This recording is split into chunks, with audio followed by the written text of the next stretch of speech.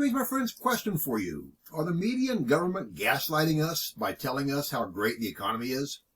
Listen to these 7 indisputable facts and decide for yourself. Remember I did a video, I think about a week ago. I've done so many over the last 20 years, I just lose track sometimes. But it was about how millions and millions and millions of Americans are sleeping in their cars and living in their cars. They can't afford anywhere else to live. It's really sad. So I came across an article on a website, and this stuff just goes right along with what I told you about people living in their cars. And it gives you 7 hardcore facts of what's going on in the economy right now.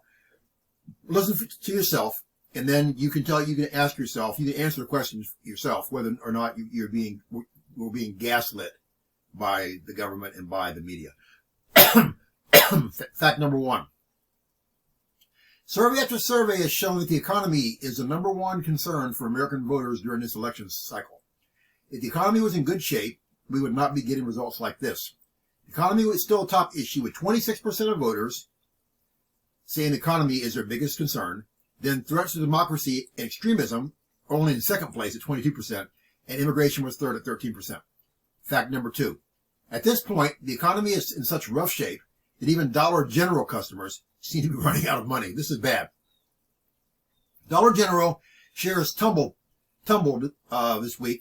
last week, after discount retailers slashed its sales and profit guidance for the full year, suggesting its lower income customers are struggling in this economy. If you're struggling at Dollar General, things are really, really bad.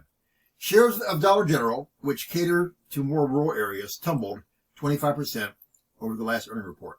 Fact number 3.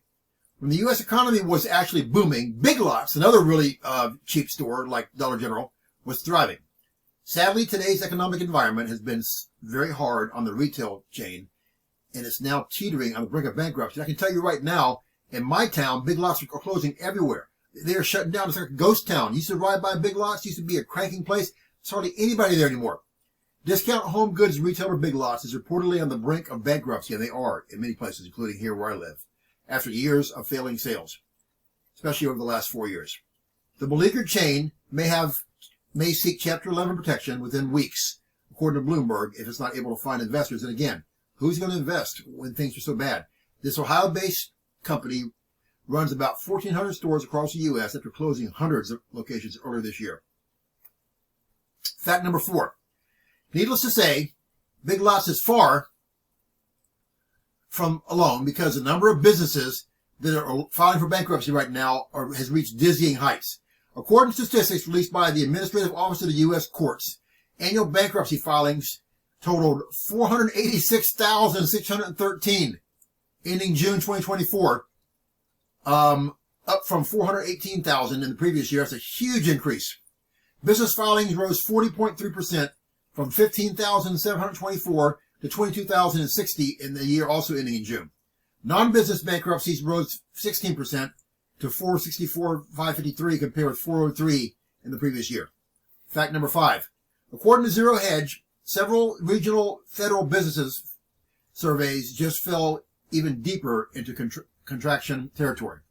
4 more years is not the message being heard from the regional Fed surveys this week in Philly. Dallas and Richmond business surveys all slumped deeper and deeper and deeper into contraction.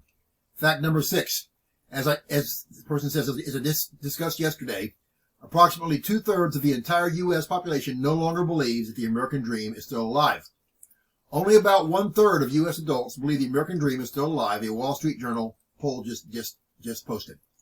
Really, really sad, my friends. It's such a huge gap for those who are barely getting by and struggling, and they don't no longer believe, even the younger generations, the older generations, none of them believe that they have the American dream intact anymore. And lastly, I can go on and on. This is the last one in this article, but certainly not least, total household debt in the U.S. has soared to a level that's never been seen in history.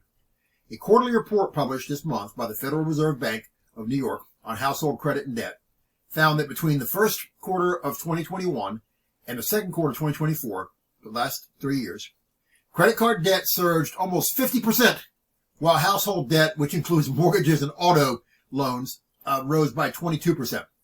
In dollar terms, credit card debt rose from $770 billion in 2021 to $1.14 trillion in the most recent quarter, while household debt increased from $15 trillion to 18 trillion in the same period. My friends, we are in bad shape. This country's falling to pieces. This world is falling to pieces, and it's being held up by a thread. As soon as the rapture happens, the house of cards is going to come crashing down, and I believe all hell is going to break loose. It's going to turn into the beast system soon after that.